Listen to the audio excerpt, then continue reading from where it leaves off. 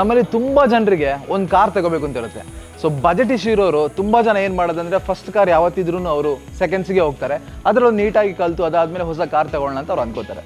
So ನಾನೀಗ ಒಂದು car ತಗೋಬೇಕಂದ್ರೆ, seconds car ತಗೋಬೇಕಂದ್ರೆ ಏನು ಮಾಡಬೇಕು, ಸೊ ಅದರಲ್ಲಿ ಏನೇನು ಚೆಕ್ ಮಾಡಬೇಕು, ತುಂಬ ದಾರಿಗಳೆಲ್ಲ ಇದೆ. ನೀವು ಹೋಗಿ ಒಂದು ಮೆಕ್ಯಾನಿಕ್ನ ಕರ್ಕೊಂಡು ಹೋಗಿ ನೀವು ನೋಡ್ಬೋದು, ತುಂಬ ಚೆಕ್ ಮಾಡ್ಬೋದು, ಅದರಲ್ಲಿ ಏನೇನು ಕಂಪ್ಲೇಂಟ್ ಇದೆ ಅಂತ ನೋಡ್ಬೋದು. ಸೊ ಅದು ಬಿಟ್ಟು ನೀವಾಗೆ ಹೋಗಿ ನೋಡುವಾಗ ಏನು ನೋಡಬೇಕು, ಹೇಗಿದೆ, ಏನೇನು ಚೆಕ್ ಮಾಡಬೇಕು ಅನ್ನೋದು ಇವತ್ತಿನ ನಮ್ಮ ಈ ಟಾಪಿಕ್. ತುಂಬಾ ಸಿಂಪಲ್ ಆಗಿರುವಂಥ ಟಾಪಿಕ್, ಬೇರೆ ಯಾವುದೂ ಅಲ್ಲ. ಒಂದು ಸೆಕೆಂಡ್ಸ್ ಕಾರ್ ತಗೊಳ್ಳುವಾಗ ನಾವಾಗಿ ಏನೇನು ಚೆಕ್ ಮಾಡ್ಬೋದು ಅಂತ. ಸೊ ಇವತ್ತಿನ ಈ ವಿಡಿಯೋಗೆ ವೆಲ್ಕಮ್ ಮಾಡ್ತಾ ಇದ್ದೀನಿ. ಆ್ಯಸ್ ಯೂಶುವಲ್ ನಮ್ಮ ರಂಜಿತ್ ಅವರು ಇದ್ದಾರೆ. ಸೊ ಇವತ್ತಿನ ಈ ಒಂದು ವಿಡಿಯೋದ ಬಗ್ಗೆ ಕಂಪ್ಲೀಟಾಗಿ ಅವರು ನಿಮಗೆ ಹೇಳ್ಕೊಡ್ತಾ ಇದ್ದಾರೆ. So welcome to the video.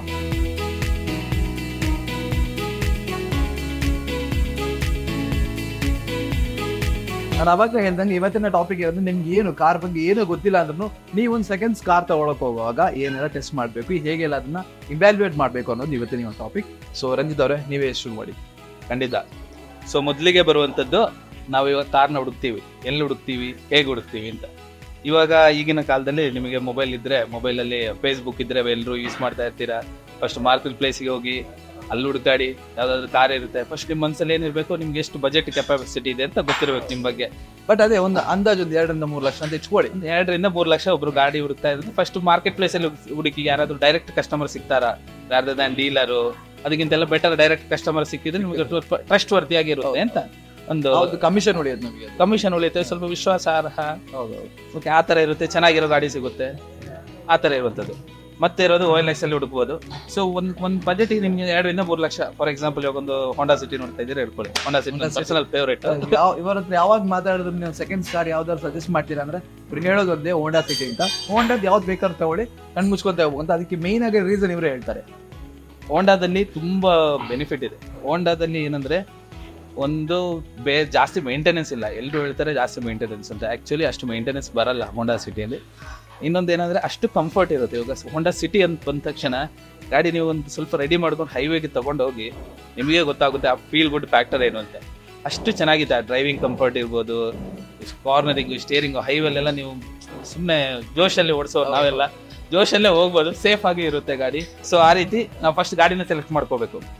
ಅದಾದಮೇಲೆ ಫಸ್ಟಿಗೆ ಸೆಲೆಕ್ಟ್ ಮಾಡಿಕೊಂಡು ನೀವು ಫಿಕ್ಸ್ ಆಗಿ ಎಷ್ಟು ಕಿಲೋಮೀಟರ್ ಓಡಿದೆ ಫಸ್ಟ್ ತಿಳ್ಕೊಳ್ಳಿ. ಗಾಡಿನ ಎಷ್ಟನೇ ಓನರ್ ಅಂತ ಕೇಳಿ, ಗಾಡಿ ಯಾವ ಊರಲ್ಲಿ ಓಡಿದೆ. ಇದು 3 ತುಂಬಾ ಇಂಪಾರ್ಟೆಂಟ್. ಯಾಕೆ ಅಂದ್ರೆ ಯಾವ ಊರಲ್ಲಿ ಓಡಿದೆ. ಮಂಗಳೂರು ಇಟ್ಕೊಳ್ಳೋಣ. K19 ಸಮುದ್ರದ ಕಡೆ ಓಡಾಡಿರುತ್ತೆ. ಸೊ ರಸ್ಟ್ ಇಶ್ಯೂಸ್ ಬೇಸಿಕ್ ಇದು. ಓಕೆನಾ. ಅಲ್ಲಿ K19 ಗಾಡಿ ಅಂದ್ರೆ ನೀವು ಫಸ್ಟಿಗೆ ಗಾಡಿ ಅಂಡರ್ ಲಿಫ್ಟ್ ಮಾಡ್ಕೊಂಡು ಕೆಳಗಡೆ ನೋಡ್ಲೇಬೇಕಾಗುತ್ತೆ ಹಿಡಿದಿದೆಯಾ ಇಲ್ವಾ ಅಂತ.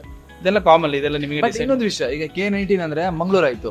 ಸೊ ಮಂಗಳೂರು ಸುತ್ತಮುತ್ತ ಬೇರೆ, ಈಗ ನಮ್ದು ಶಿವಾಜಿ ಆಗಿರ್ಬೋದು, ಇಲ್ಲ ಧರ್ಮಸ್ಥಳ ಆಗಿರ್ಬೋದು, ಅಲ್ಲೆಲ್ಲ ಅಷ್ಟು ರೆಸ್ಟ್ ಇಶ್ಯೂಸ್ ಬರಲ್ಲ. ಇವ್ರದೆಲ್ಲ ಮೇನ್ ಸಿಟಿ ಮಂಗಳೂರು ಅಲ್ವಾ. ಫಸ್ಟ್ ರಿಜಿಸ್ಟ್ರೇಷನ್ ನೋಡ್ಕೋಬೇಕು, ಯಾವ ಊರು ಅಂತ ನೋಡ್ಕೊಂಡ್ರೆ ಇಷ್ಟು ಡೀಟೇಲ್ಸ್ ನಿಮ್ಗೆ ಗೊತ್ತಾಗುತ್ತೆ. ಓಕೆನಾ. ನೆಕ್ಸ್ಟ್ ನೋಡ್ಬೇಕಾಗಿರೋದು ಎಷ್ಟನೇ ಓನರ್ ಅಂತ. ಇವಾಗ ಒಂದು 2012 ಮಾಡೆಲ್ ಗಾಡಿ ಒಂದು 3ನೇ ಓನರ್ ಕಳೆದಿದೆ ಅಂದ್ರೆ ನೀವು ಆಲೋಚನೆ ಮಾಡಿ, ಅದು 3 ಜನ ಪಾಸ್ ಮಾಡಿದ್ರೆ ನಾನು ರೆಕಮೆಂಡ್ ಮಾಡಲ್ಲ. ಅಷ್ಟು ಅಂದ್ರೆ ನೀವು ನಾಳೆ ಕೊಡಬೇಕು, 2 ವರ್ಷ ಆದ್ಮೇಲೆ ನಿಮ್ಗೆ ವ್ಯಾಲ್ಯೂ ಸಿಗಲ್ಲ, ಬರ್ತಿರಲ್ಲ. ಓಕೆನಾ. ಅದೇ ರೀತಿ ಕೈಯಿಂದ ಕೈ ಜಾಸ್ತಿ ಪಾಸ್ ಆಗಿದ್ರೆ ಕೊಟ್ಟಿರೋದಕ್ಕೆ ಒಂದು ಕಾರಣ ಇರುತ್ತೆ ಪರ್ಟಿಕ್ಯುಲರ್ಲಿ. ಓಕೆನಾ. ಅದು ತುಂಬಾ ಅಂದ್ರೆ ಮೇ ಬಿ ಅಷ್ಟು ಚೆನ್ನಾಗಿರಲ್ಲ, ಆ ಫ್ಯಾಕ್ಟರಿಂದ ಕೊಟ್ಟಿರ್ಬೋದು. ಸೊ ಇದೆಲ್ಲ ನೋಡ್ಕೊಳ್ಳಿ ಬೇಸಿಕ್ ಆಗಿ. ಇನ್ನ ಕೆಲವು ತುಂಬಾ ಲಾಂಗ್ ಟರ್ಮ್ ಇಲ್ಲ, ನಾನು ಫುಲ್ ರೆಡಿ ಮಾಡ್ಕೊಳ್ತೀನಿ ಏನೇ ಇದ್ರೆ ಆರಾಮಾಗಿ ಮುನ್ನುಗ್ಬೋದು, ನಾವಿದ್ದೀವಿ, ನೋಡ್ಕೊಳ್ತೀವಿ ನಾವು. ಆ ಥರ ಕೇಸಸ್ ಇದೆ, ಪ್ರಾಬ್ಲಮ್ ಇಲ್ಲ. ಸೊ ನೆಕ್ಸ್ಟ್ ಬರುವಂಥದ್ದು 3ನೇ ಫ್ಯಾಕ್ಟ್ರು, ಕಿಲೋಮೀಟರ್ ಅಂದರೆ ನೀವು ಇವಾಗ ಪೆಟ್ರೋಲ್ ಇಂಜಿನ್ ಅಂದರೆ ಎಷ್ಟಾದರೂ ಓಡಿರೋದು ತಗೊಳ್ಳಿ. ಒಂದು 10 ವರ್ಷ ಆಗಿದೆ ಒಂದು ಪೆಟ್ರೋಲ್ ಇಂಜಿನ್ ಗಾಡಿ ಅಂದರೆ 1 ಲಕ್ಷ ಕಿಲೋಮೀಟರ್ ಓಡಿದ್ರು ಪ್ರಾಬ್ಲಮ್ ಇಲ್ಲ. ಬಟ್ ಅದರ ಹಿಂದೆ ಎಲ್ಲ ಕೆಲಸಗಳು ಆಗಿದೆಯಾ ತಿಳ್ಕೊಳ್ಳಿ. ಅಂದರೆ ಸರ್ವಿಸ್ ಹಿಸ್ಟ್ರಿ ಅಂದರೆ ಈ 1 ಲಕ್ಷ ಆದಾಗ ರೇಡಿಯೇಟರ್, ಹೋಸ್ ಪೈಪ್ಸು, ರೇಡಿಯೇಟರ್ ಎಲ್ಲ ಕರೆಕ್ಟಾಗಿ ಸರ್ಕ್ಯುಲೇಷನ್ ಇದೆಯಾ, ನೀವು ತಗೊಂಡು ಕೂಡಲೇ ಅದನ್ನು ರೆಡಿ ಮಾಡಿಸ್ಕೋಬೋದು. ಅದೆಲ್ಲ ನಾವು ಮುಂದಿನ ವಿಡಿಯೋಗಳಲ್ಲಿ ಒಂದೊಂದು ಡೀಟೇಲ್ ಆಗಿ ಹೇಳೋಣ. ಸೊ ಇದು ನೋಡ್ಕೊಳ್ಳಿ. ನೆಕ್ಸ್ಟ್ ಒಂದು 80,000 ಮೇಲೆ ಓಡಿದ್ರೆ ಗಾಡಿ, ನೀವು ಖಂಡಿತ ಅದರಲ್ಲಿ ಪ್ರಾಬ್ಲಮ್ಸ್ನ ಎಕ್ಸ್ಪೆಕ್ಟ್ ಮಾಡಿ. ಪ್ರಾಬ್ಲಮ್ ಅಂದರೆ ಪಿರಿಯಾಡಿಕಲ್ ಪ್ರಾಬ್ಲಮ್. ಹೌದು, 80,000ಕ್ಕೆ ಇವಾಗ ಏನೆಲ್ಲ ಪ್ರಾಬ್ಲಮ್, ಸಸ್ಪೆನ್ಷನ್ ಪ್ರಾಬ್ಲಮ್ ಇರ್ಬೋದು, ಕ್ಲಚ್ ಪ್ರಾಬ್ಲಮ್ ಇರೋದು, ಇದೆಲ್ಲ ಬರುವಂಥದ್ದು ಪ್ರತಿ ಗಾಡಿಗೂ. ಅದು ಇಲ್ಲದೆ ಗಾಡಿ ಇರಲ್ಲ. ಸೊ ಅದನ್ನು ನೋಡ್ಕೊಳ್ಳಿ.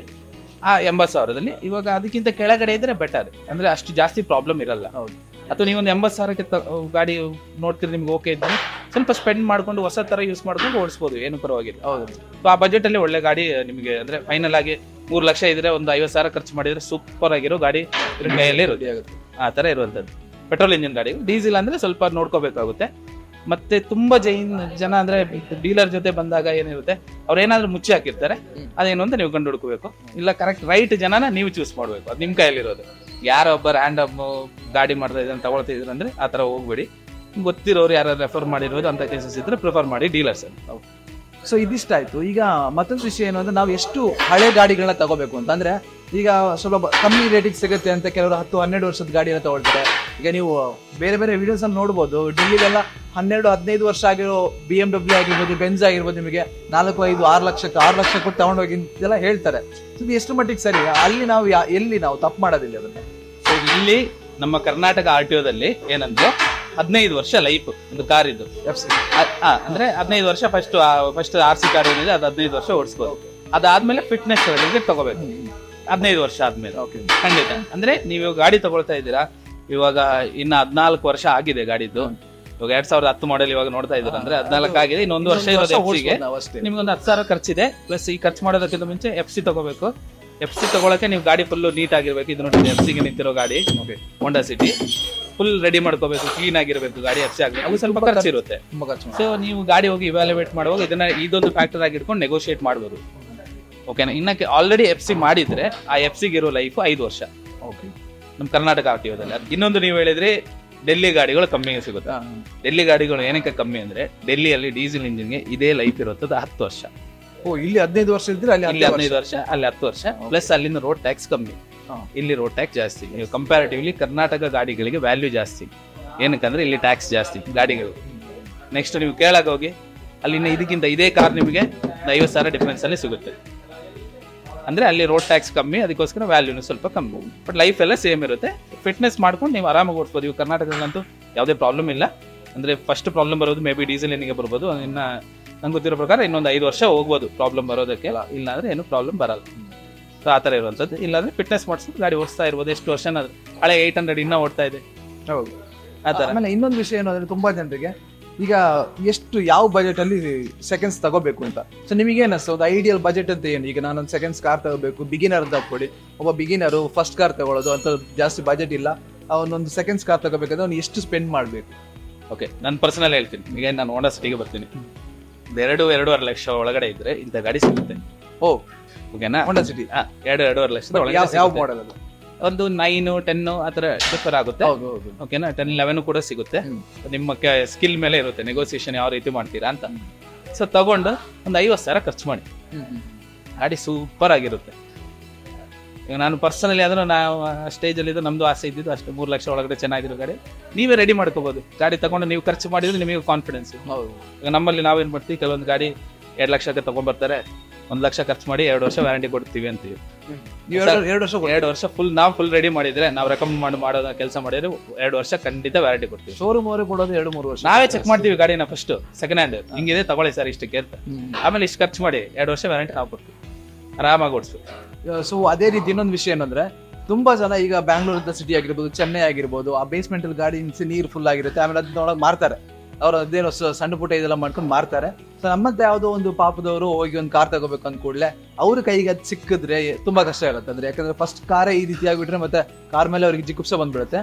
ಸೊ ಅಂತ ಟೈಮಲ್ಲಿ ಈಗ ಒಂದು ಕಾರ್ ತಗೊಳಕ್ ಹೋಗುವ, ಸೆಕೆಂಡ್ಸ್ ಕಾರ್ ತಗೊಳಕ್ ಹೋಗುವ, ಅದ್ರಲ್ಲಿ ನೀರು ಬಂದಿದೆಯೋ, ಅದು ಫ್ಲಡ್ ಏರಿಯಾದಲ್ಲಿ ಇತ್ತೋ ಇಲ್ವೋ ಅಂತ ಗೊತ್ತಾಗೋದು, ಅದಕ್ಕೆ ನಾವೇನ್ ಮಾಡ್ಬೇಕು?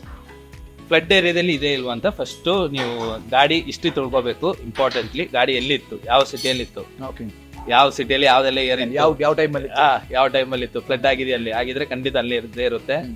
ತುಂಬಾ ಕಮ್ಮಿಗೆ ಮಾರ್ತಾ ಇದ್ದಾರ ನೋಡ್ಬೇಕು. ಏನಾದ್ರೂ ಆಲ್ಟ್ರೇಷನ್, ಎಲೆಕ್ಟ್ರಿಕಲ್ ಆಲ್ಟ್ರೇಷನ್ ಮಾಡಿರ್ತಾರೆ, ಅದು ನೀವು ಪ್ರಾಪರ್ ಆಗಿ ಯಾರನ್ನಾದ್ರೂ ಟೆಕ್ನಿಷಿಯನ್ ಕರ್ಸಿನೇ ಚೆಕ್ ಮಾಡ್ಬೇಕಾಗುತ್ತೆ, ನನಗೆ ಗೊತ್ತಾಗಲ್ಲ. ಇಲ್ಲ ಟೂಲ್ ಹಾಕ್ಬೇಕು, ಸ್ಕ್ಯಾನರು, ಅದು ಹಾಕಿದ್ರೆ ಗೊತ್ತಾಗುತ್ತೆ.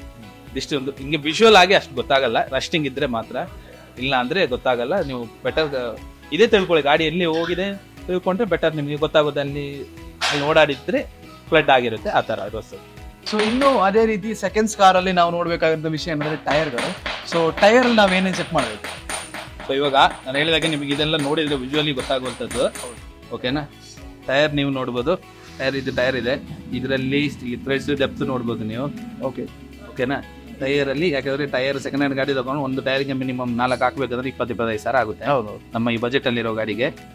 ಇಲ್ಲಿದೆ, ಇದೊಂದು ಮಾರ್ಕ್ ಇದೆ ನೋಡಿ, ಇಲ್ಲಿ ತನಕ ಓಡ್ಬೋದು ಟೈರು, ಏನು ಪ್ರಾಬ್ಲಮ್ ಇಲ್ಲ, ಚೆನ್ನಾಗಿ ಓಡುತ್ತೆ ಇಲ್ಲಿ ತನಕ. ಇದಕ್ಕಿಂತ ಕೆಳಗಡೆ ಹೋದ್ರೆ ಚೇಂಜ್ ಮಾಡಬೇಕು ಅಂತ ಇದರಲ್ಲಿ 50%, 70% ಅಂತ ನಿಮಗೊಂದು ಅಂದಾಜು ಲೆಕ್ಕ ಹಾಕೋಬೇಕು. ಎರಡನೇ ಫ್ಯಾಕ್ಟ್ರು ಥ್ರೆಡ್ ಇರುತ್ತೆ, ಫುಲ್ ಇರುತ್ತೆ, ಚೆನ್ನಾಗಿರುತ್ತೆ, ಹೊಸ ಥರ ಇರುತ್ತೆ. ಫುಲ್ಲಾಗಿ ನೀವು ಥ್ರೆಡ್ ನೋಡಿದ್ರೆ ಫುಲ್ ಆಗಿರುತ್ತೆ.